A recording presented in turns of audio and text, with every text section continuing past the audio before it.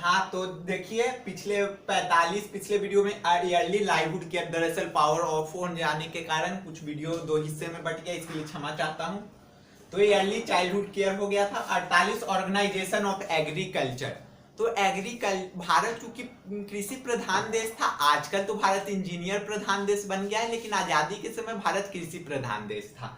तो organisation of agriculture, तो agriculture पर भी ध्यान देने के की संविधान निर्माताओं ने निर्देश दिए थे कि स्टेट राज एग्रीकल्चर पर भी ध्यान देगा। 49 प्रोटेक्शन ऑफ मोन्यूमेंट्स, राष्ट्रीय स्मारकों जो कि हमारा धरोहर है उसे भी संरक्षण देना है, प्रदान करना है केंद्र सरकार द्वारा। आज भी जितने हमारे राष्ट्रीय स्मारक हैं सबकी निगरानी संरक्षक केंद्र सरकार ही करती है, तो उसे भी डीपीएसपी में शामिल कर लिया गया था। 50 separation of judiciary from executive, तो आज हमारे देश में पूरी तरह से एग्जीक्यूटिव और जुडिशियरी सेपरेट है, तो उसमें तो कोई डीपीएसपी को पूरा कर लिया गया। 51 प्रमोशन ऑफ इंटरनेशनल पीस। अब जैसे देखिए प्रमोशन ऑफ इंटरनेशनल पीस, तो हम लोग जैसे कि वसुदेव कुटुंबकम को मानने वाले हैं। आपको ये जानकर आश्चर्य होगा कि भारत आजाद भले ही 1947 में हो गया था, लेकिन भारत ने यूएनओ को 1945 में ही सदस्यता यूएनओ की ले ली थी। और जेएल नेहरू ने कहा था कि जब भारत आजाद होगा तो यूएनओ के हर कार्यक्रम में शामिल होगा और अंतरराष्ट्रीय शांति के मुहिम में पूरी तरह योगदान करेगा। 51 है फंडामेंटल ड्यूटीज। देखिए फंडामेंटल ड्यूटीज भी पूरी तरह नॉन इन्फोर्सिएबल बाई कोर्ट है, ये भी इसीलिए डीपीएसपी में ही आता है। लेकिन जैसे देखिए 36 से 51 तक भाग 4 में आता है, वहीं फंडामेंटल ड्यूटीज के लिए एक अलग भाग चैप्टर 4A बना दिया गया था, उसमें फंडामेंटल ड्यूटीज को शामिल कर लिया गया।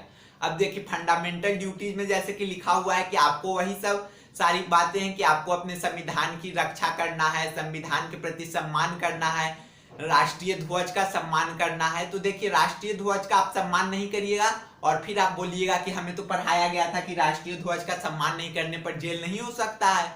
देखिए आप वीडियो, आप प्रूफ में मेरा वीडियो दे दीजिएगा, तो मैं आपको बता दे रहा हूं कि आप फंडामेंटल एक्ट के तहत आपको सजा नहीं मिलेगा। अगर किसी ने राष्ट्रीय ध्वज का अपमान किया तो उसे इंडियन नेशनल फ्लैग एक्ट 2002 के तहत सजा मिलेगा।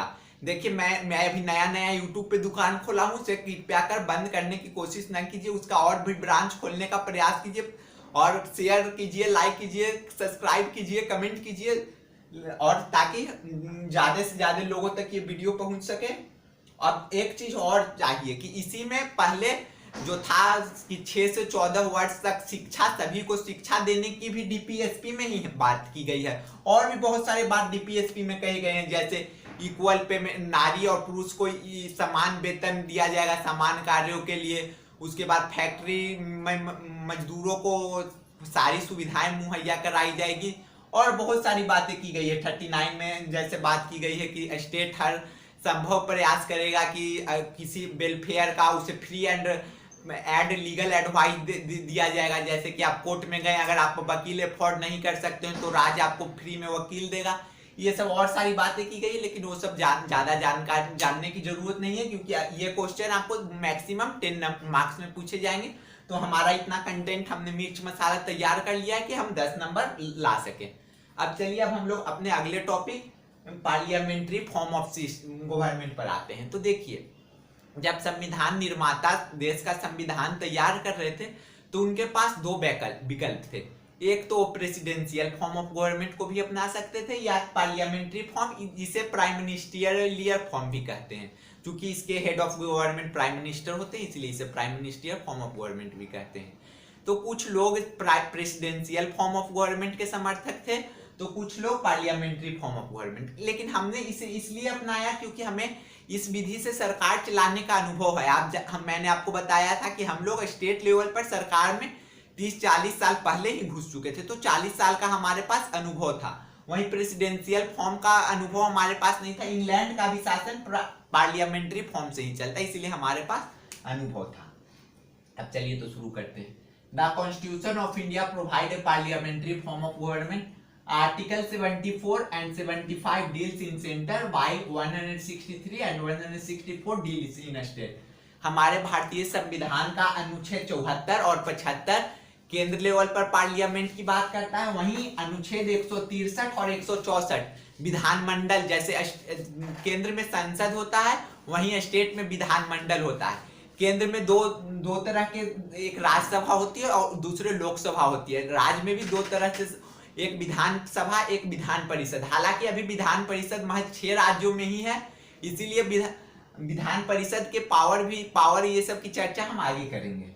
जेनिक्स call it a cabinet system, चूंकि फुल्ली ये कैबिनेट से डोमिनेटेड होता है इसलिए इसे कैबिनेट सिस्टम भी कहा गया है। जैसे प्रेसिडेंट कोई भी कानून या कोई भी निर्णय on the aid and advice of the cabinet, मंत्रिमंडल के बिना, सलाह के बिना वो कोई भी निर्णय प्रेसिडेंट नहीं ले सकते, इसीलिए इसे कैबिनेट सिस्टम भी जेनिंग्स ने कहा। अब इसके फीचर्स जानते हैं। Nominal and executive head, nominal और एक्सिक्यूटिव हेड बिल्कुल पूरी तरह अलग होते हैं इस सिस्टम में, बल्कि प्रेसिडेंशियल फॉर्म में देश के जो प्रेसिडेंट होते हैं, राष्ट्रपति होते हैं, वही नॉमिनल हेड भी होते हैं और एक्सिक्यूटिव हेड होते हैं, जैसे कि अमेरिका में है। लेकिन हमारे यहाँ नॉमिनल हेड राष्ट्रपति साहब हैं, वहीं एक्सिक्यूटिव हेड प्रधानमंत्री साहब हैं। हेड ऑफ स्टेट मैंने कल बताया था कि प्रेसिडेंट साहब होंगे और head of government prime minister साहब होंगे। मेजोरिटी पार्टी रूल, अब देखिए मेजोरिटी पार्टी रूल इसीलिए कहा गया है क्योंकि ये इसमें जो पार्टी ज्यादा सीटें, अधिक सीटें लाएगी वही पार्टी अपना एक नेता प्राइम मिनिस्टर चुन लेगी। जैसे राज्य में भी वही होता है, जो पार्टी सबसे ज्यादा सीटें लाती है वो विधायक दल का नेता सीएम को चुन लेती है, वहीं इसमें भी मेजोरिटी पार्टी रूल का ये मतलब हो गया। अब एक चीज और, अमेरिका में ऐसा नहीं है, इसे हम अगले चैप्टर में जब कंपैरिजन करेंगे पार्लियामेंट्री फॉर्म और प्रेसिडेंशियल फॉर्म तब समझेंगे कि वहां क्या सिस्टम है। अमेरिका के चुनाव पर कभी मैं वीडियो बनाऊंगा, अगर आप बोलिएगा तो वो काफी लंबा वीडियो जाएगा, इसीलिए मैं उसका चर्चा यहाँ पर नहीं करना चाहता। कलेक्टिव रिस्पॉन्सिबिलिटी, मतलब सारे लोगों की जिम्मेदारी होती है, और प्रेसिडेंशियल फॉर्म में भी ये कॉमन होती है, ये डिफरेंस नहीं हो गया। पॉलिटिकल होमोजिनिटी, अब पॉलिटिकल होमोजिनिटी को समझिए। पॉलिटिकल होमोजिनिटी का मतलब होता है कि देख, जैसे कि प्रेसिडेंट साहब, और अमेरिका में कुछ साल पहले तक प्रेसिडेंट दूसरे पार्टी के, वहीं वाइस प्रेसिडेंट अपोजिट पार्टी के होते थे, और वहीं मंत्रिमंडल में भी ऐसा देखा जाता था। लेकिन हमारे यहाँ शुरू से ही जिस पार्टी की सरकार है उसी पार्टी के सारे मंत्री, उसी पार्टी के उप प्रधानमंत्री, उसी पार्टी के प्रधानमंत्री होते हैं। राष्ट्रपति अपोजिट पार्टी के हो सकते हैं, क्योंकि हमारे यहाँ राष्ट्रपति चुनाव और प्रधानमंत्री के चुनाव में लगभग 2.5 साल के अंतर रहते हैं, तो 2.5 साल हो सकते हैं कि अपोजिट पार्टी के राष्ट्रपति हों। जैसे कि प्रणब मुखर्जी कांग्रेस से बिलोंग करते थे, तो वहीं नरेंद्र मोदी के साथ उनके 2.5 साल की सरकार में वो साथ दिए थे। डबल मेंबरशिप, डबल मेंबरशिप कहने का मतलब है कि कैबिनेट जो होता है वो लेजिस्लेचर का पार्ट होता है, विधायिका का पार्ट होता है।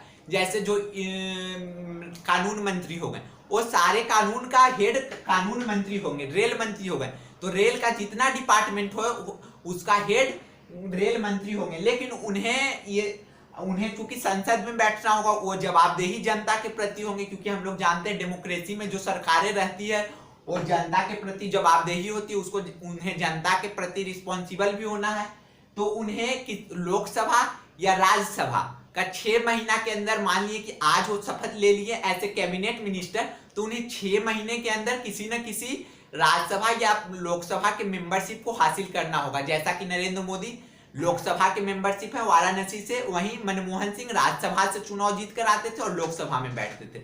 जो कैबिनेट मिनिस्टर होते हैं वो लोकसभा में भी बैठ सकते हैं और राज्यसभा में, लेकिन वोटिंग टाइम वो जहां से मंत्री हैं, जहां से मेंबर ऑफ पार्लियामेंट, अगर लोकसभा से हैं तो उन्हें लोकसभा में ही वोटिंग करनी होगी, राज्यसभा से हैं तो राज्यसभा में ही वोटिंग करनी होगी।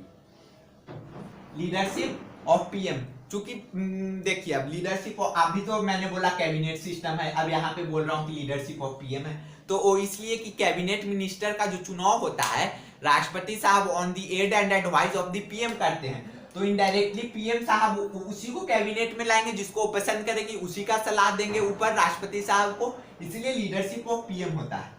रिस्पॉन्सिबल गवर्नमेंट, चूंकि जनता के प्रति ये जवाबदेही होती है, अकाउंटेबिलिटी इसकी जनता के प्रति होती है, इसलिए इसे रिस्पॉन्सिबल गवर्नमेंट भी कहते हैं। Harmony between executive and legislature, legislature और एग्जीक्यूटिव के बीच हार्मोनी रहती है, हालांकि ये हार्मोनी ज्यादा होती है प्रेसिडेंशियल फॉर्म ऑफ गवर्नमेंट में, वो मैं समझाऊंगा आगे अगले चैप्टर में। प्रिवेंट्स ऑथोरिटेरिज्म, एक एकाधिपत्य को होने से ये रोकती है, क्योंकि कैबिनेट में बहुत सारे मेंबर होते हैं। तो हो सकता है कि आप प्राइम मिनिस्टर अगर गलत डिसीजन ले तो अपने ही मंत्री विरोध उसका कर सकते हैं। जैसे कि हमने देखा कि नितिन गडकरी किस प्रकार अपने सरकार के प्रति ही आक्रामक रूप अपनाए और कुछ ऐसे बयान दिए जो उन्हें नहीं। अब ये खैर राजनीति मुद्दा से हम लोग राजनीति मुद्दा में नहीं पढ़ेंगे यहाँ, चूंकि पढ़ाई है तो पढ़ाई ही हम लोग करेंगे। डिमेरिट्स, अब हर चीज के देखिए कुछ खामियां और कुछ फायदे होते हैं। किसी भी चीज का ना तो सिर्फ कमियां हो सकती है ना सिर्फ फायदा हो सकते हैं। तो इसका नो सेपरेशन ऑफ पावर मैंने आपको कल ही बताया था कि जब इसका वेन डायग्राम बनेगा तो लेजिस्लेटिव और एग्जीक्यूटिव एक में आता है।